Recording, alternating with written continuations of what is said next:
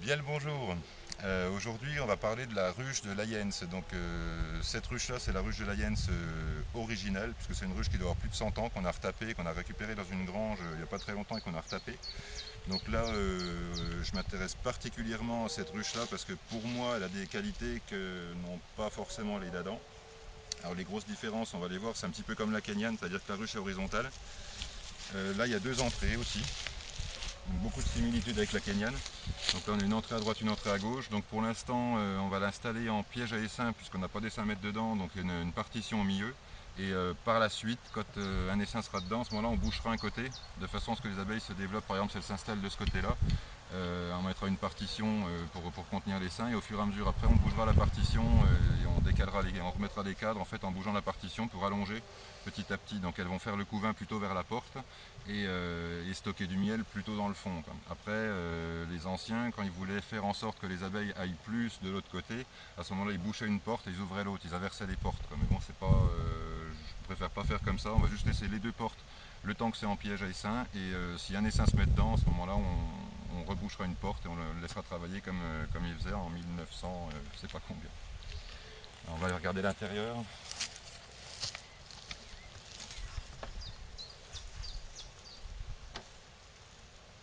Alors le toit est monté sur charnière, ça ressemble beaucoup à la Kenyane.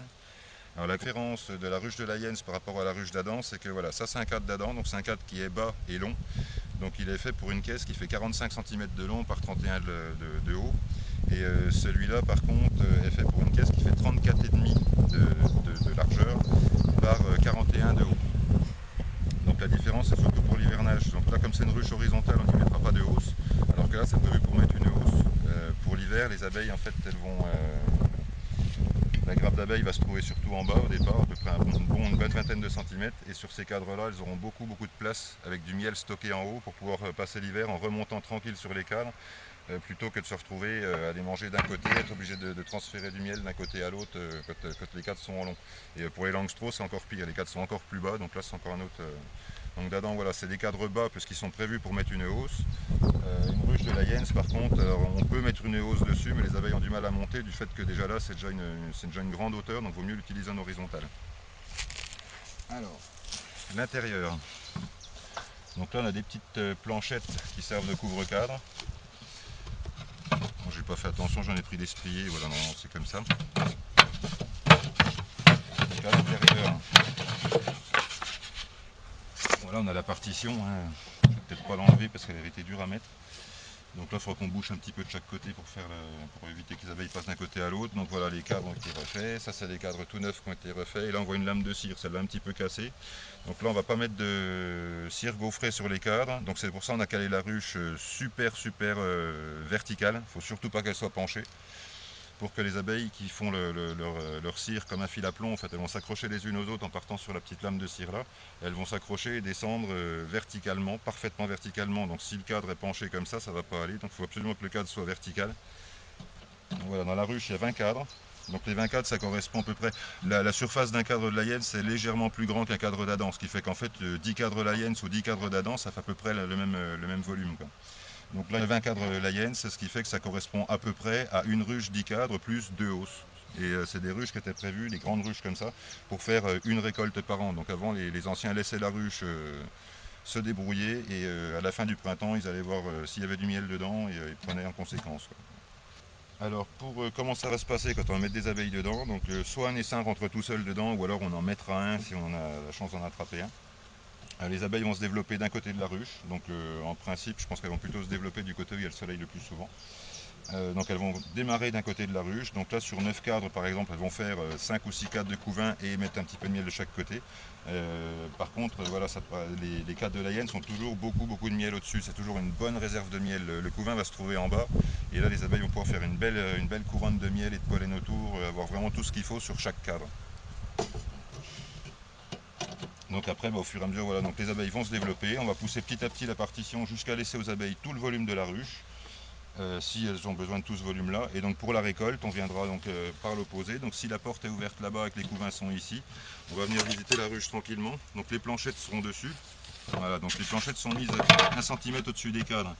Ce qui fait que ça fait à peu près comme un couvre-cadre, comme on met sur les ruches d'Adam ou autres.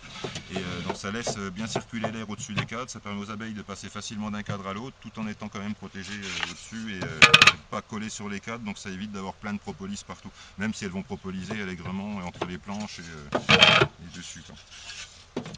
En fait, ce qui va se passer quand on va récolter, voilà, c'est qu'on va arriver par là. On va enlever tranquillement ça. On va regarder là ce qui s'y passe. Donc là, s'il n'y a rien, ça sera peut-être bâti, peut-être pas.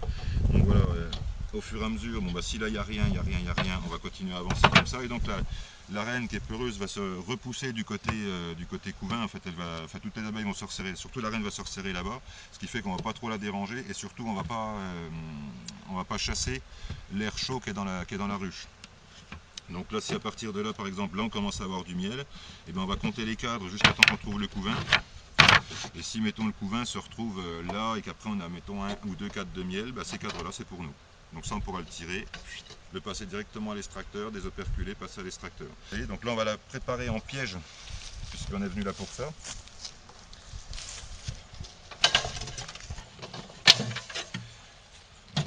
Cadres d'origine et les cadres qu'on a refait parce que y en avait beaucoup qui étaient cassés, mais bon, pour des cadres de 100 ans je trouve qu'ils se portent mieux que des dadans que j'ai achetés il y a 5 ans.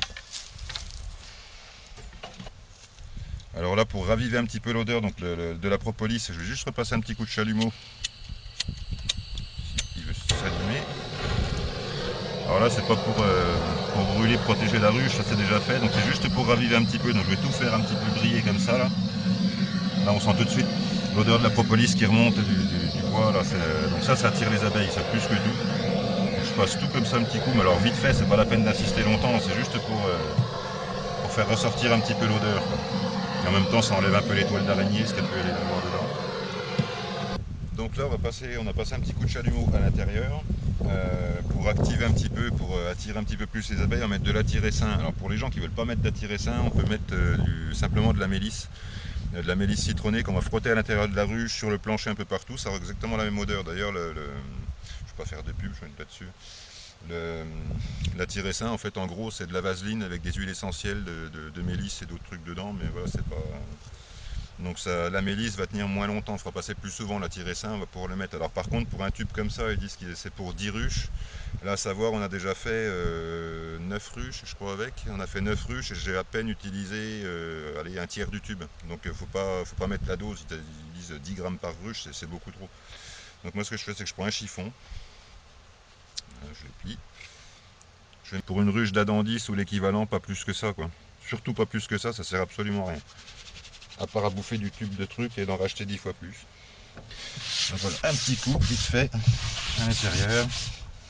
Donc ça reproduit l'odeur de la glande de Nassanov. C'est la glande que les abeilles se servent en fait pour s'appeler. C'est la glande qu'on voit quand les abeilles battent le rappel et qu'elles lèvent le cul en l'air un petit peu. Elles découvrent leur glande et elles battent des ailes derrière. C'est pour dégager une odeur qui va indiquer aux abeilles que c'est par là qu'il faut aller. Donc si la reine rentre dedans, les abeilles battent le rappel et émettent cette odeur de la glande de Nassanov. Donc là, on va remettre les cadres dans la ruche. On a tout passé avec de l'attiré-sain, un petit peu, il faut que ça sente. Voilà, on sent autant la propolis que l'attiré-sain. Si ça sent que l'attiré-sain, c'est qu'on en a mis trop, quoi. Donc là, voilà, on sent la propolis qui a été ravivée par la flamme, on sent l'attiré-sain. Donc là, il manquerait plus qu'un petit peu de vieille cire dedans et ça serait parfait pour les abeilles. Donc là, on va remettre les cadres. Donc alors, certains cadres, là, bon, ils ont été un peu cassés dans le transport. Bon, on a juste fait des lames de cire. Donc c'est juste de la cire coulée. On a fait une petite vidéo là-dessus. Donc là, avec un petit morceau de bois, la cire est coulée dessus. Ça va juste amorcer. Ça va permettre de démarrer pile poil.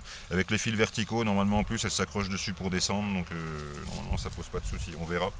Donc on met pas de plaque de cire gaufrée. Hein. J'en mettais avant et en fait, ça coûte une fortune. Ça sert pas à grand chose. En plus, ça embête les abeilles plutôt qu'autre chose. Enfin, à mon avis.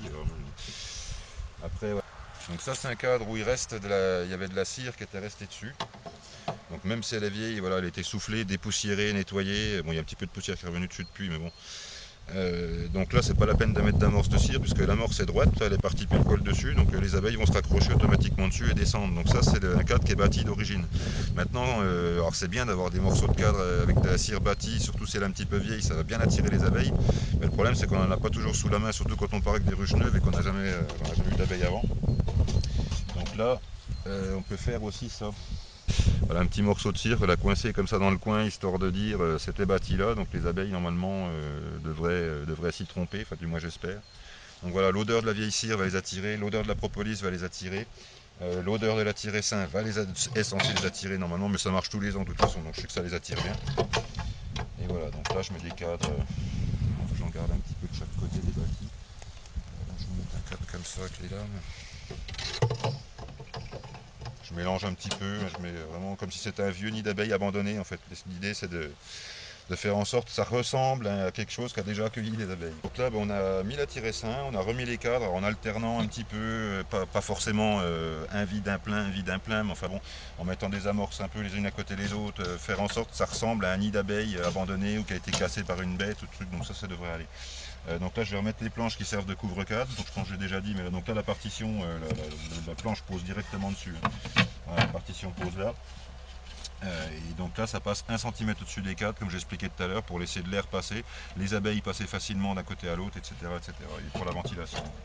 Donc là on va remettre les petites planches. Alors pour les gens qui s'intéressent, les côtes de la ruche, donc les côtes de la Jens c'est 34,5 intérieur pour celle-là. Donc après on va voir, on a maintenant ces ruches là on les trouve toujours mais sous des formes plus petites et un petit peu modifiées qu'on va voir après, c'est des ruches espagnoles. Donc ça c'est la ruche de la Jens d'origine, fabriquée par Georges de la Jens avec les côtes d'origine, les cadres comme il le faisait à l'époque, et on va la conduire exactement comme on faisait de l'apiculture en 1895. Donc là je remets les petites planchettes dessus, donc les cadres, alors ceux-là sont un peu plus longs que les autres, voilà, ceux-là font 40. Ça c'est les cadres de 40. Alors là il y a les petits clous parce que certainement qu'il s'en était servi l'ancien propriétaire pour mettre des rayons qu'il a dû démonter ou dans une ruche en paille ou vulgaire ou dans un tronc d'arbre ou quelque chose. Et donc il s'est servi de ça, il n'y avait pas de fil, il a juste tendu des fils d'un côté, posé ses plaques dessus, tendu des fils de l'autre, il a tout remis dedans comme ça. Donc c'est pour ça qu'on voit des petits clous, je les ai laissés, bon, ça pourra servir peut-être un jour. Donc voilà, donc la hauteur de ces cadres là, celui-là fait 40 et la ruche fait 41,5 en hauteur. Et donc en largeur, j'ai pas mon mètre là par contre, mais bon, 34,5 pour la côte intérieure de la ruche, c'est surtout ça qu'il faut retenir. L'espace entre les cadres et le bord, donc c'est toujours, comme sur toutes les ruches, il faut que ça soit plus que 6 mm et moins que 13, parce que si on met mettons 4 mm d'espace entre le bord entre le bord du cadre et le bord de la ruche, les abeilles vont coller à la propolis, ça va être indémontable. Et si on met vraiment beaucoup d'espace, genre 15 mm ou 20 mm, à ce moment-là, elles vont faire des ponts de cire, elles vont aussi coller le cadre avec des ponts de cire. Donc il faut toujours entre 6 et 12, c'est parfait, quoi. Donc là, les cadres font, je crois qu'il y a à peine 1 cm de chaque côté, je crois. Donc 1 cm, c'est très bien. Voilà, donc qu'est-ce qu'on a? Donc je remets les petites planches, donc on bouge ça. Ça c'est ce qui remplace le couvre-cadre. Boucher de chaque côté de la partition. De quoi?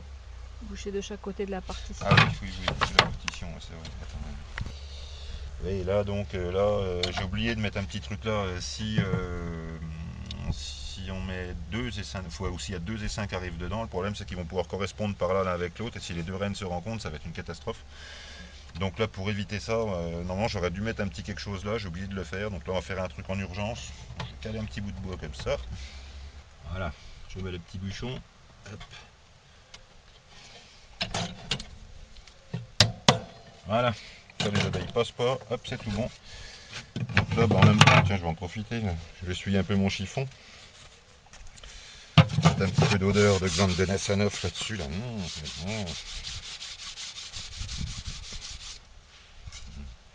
Sans ça.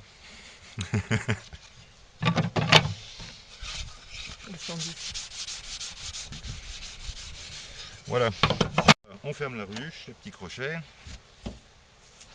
Là.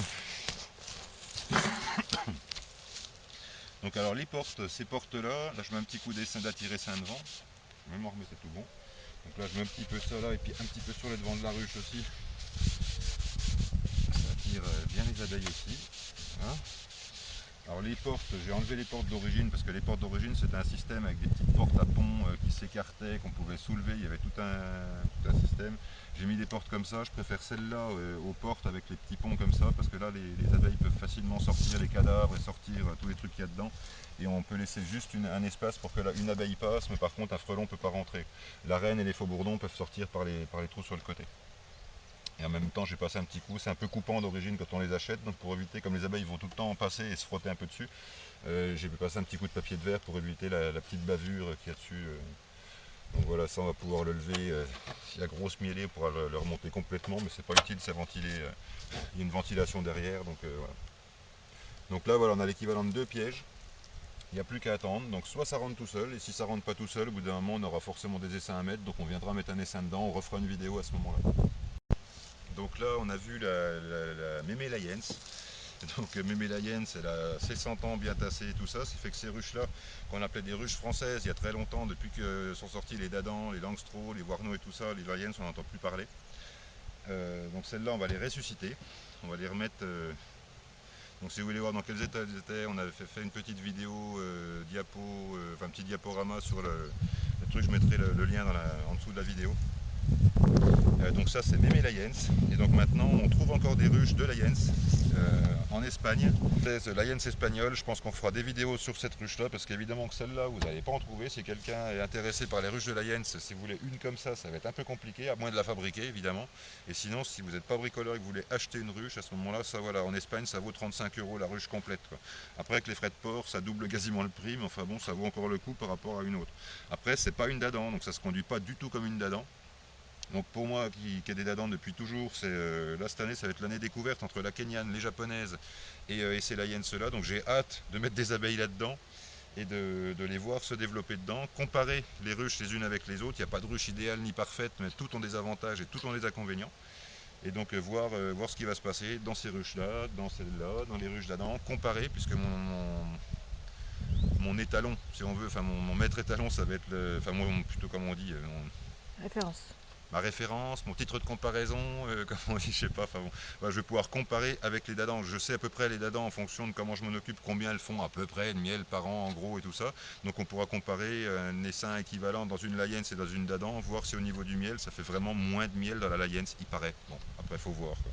Après les anciens qui ont tourné avec des Layens sont un peu nostalgiques des Layens parce que apparemment c'était quand même des sacrées bonnes ruches, quoi. Donc voilà, c'était la première vidéo sur les ruches de Layens. Donc tout au long de l'année, on va faire des vidéos sur les abeilles qu'on mettra dans celle-là et dans une autre. On en a 2 comme ça. Et aussi, on fera le parallèle avec ces ruches-là où on expliquera comment ça fonctionne. Là, je ne peux pas expliquer grand-chose parce que j'ai jamais testé. Donc mais je découvrirai au fur et à mesure et je vous ferai découvrir en même temps. Voilà. À bientôt pour la prochaine vidéo.